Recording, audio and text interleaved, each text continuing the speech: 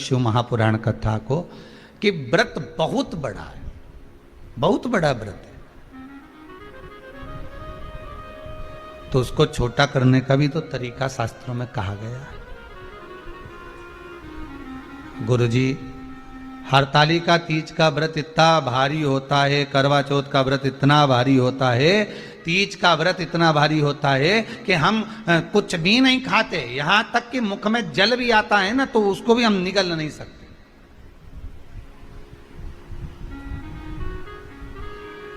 अब इतना भारी व्रत,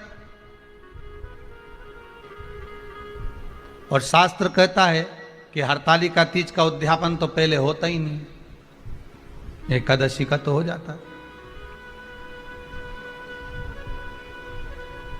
और यहां तो हरतालिका तीज का, अब एकादशी का तो आप 26 एकादशी जब आपकी पूरी हो जाए, 3 वर्ष बाद अधिक मास आ जाए, 26 पूरी एकादशी का व्रत कर लो, तुम 11 पे करो, तुम्हारी मर्जी पड़े, 26 एकादशी पर जब व्रत करोगे तो ये आपके ऊपर है, 26 पर करो।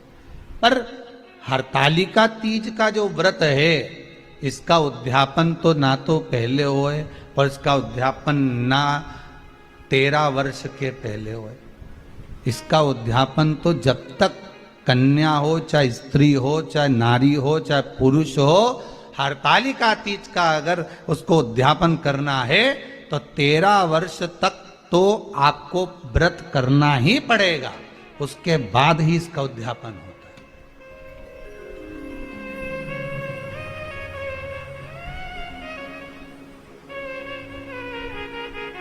नहीं तो कहीं कहीं की माताएं तो बड़ी होशियार सोच के बैठी थी कि अब की साल उद्यापन कर, तो 13 वर्ष अगर आपके हो गए व्रत करते करते हरतालिका तीज का। हरतालिका तीज जानते हो ना?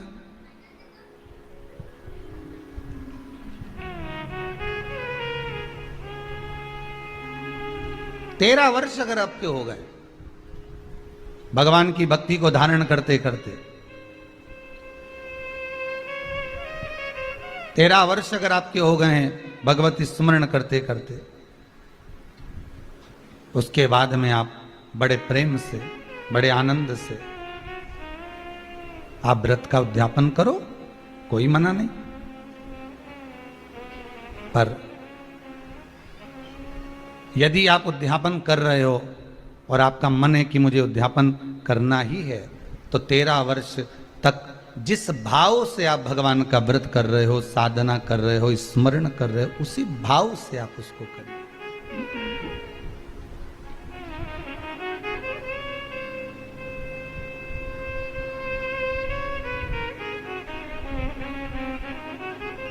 गणेश चतुर्थी के एक दिन पहले आ जाती है, सहज भाषा में समझ लो तीज को, हस्त नक्षत्र तृतीया।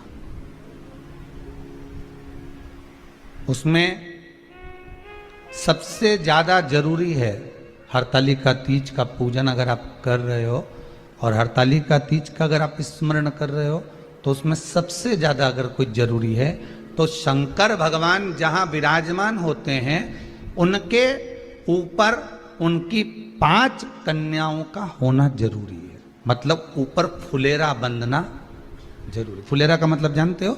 एक जैसे शंकर भगवान नीचे विराजमान है और ऊपर जो जलाधारी बनती है ना, तो जलाधारी की जगह पर शंकर भगवान की हरतालिका तीज के दिन जब नारियां पूजन करती हैं, माताएं पूजन करती हैं, कन्याएं पूजन करती हैं, तो उस पर जलाधारी की जगह फुलेरा बनता है। मतलब फूल की मालाएं उसमें लटका दी जाती है। अब कितनी माला लटकाना चाहिए? प्रयास करना चाहिए कम से कम 5 माला उसमें होना जरूरी है, और 5 से ज्यादा भी लटकाओगे चलेगा, पर 5 से कम नहीं होना चाहिए फुलेरा। 5 कौन कौन है ये? जया, विषहरा, सामरीवारी, दौतली, देव। शंकर भगवान की 5 बेटी। इससे अधिक अगर आप लटका रहे हो तो शंकर भगवान की और भी बेटियों का व्याख्यान है। मनसा है, अशोक सुंदरी है, ये शंकर भगवान की पुत्रियां। नर्मदा जी का स्मरण आ जाता है, नर्मदा है। तो ऐसा बेटियों का तो आप ज्यादा लटकाओगे चले जाएगा, पर कम नहीं। जैसे हरतालिका तीज का जो उद्यापन होता है, उद्यापन में एक सबसे मुख्य चीज क्या होती है कि जो भी आप वस्तु दान दे रहे हैं, जो भी आप वस्तु समर्पित कर रहे हैं, हरतालिका तीज के उद्यापन में जो भी सामग्री आप दे रहे हैं वो 5 होना चाहिए। जैसे फुलेरा का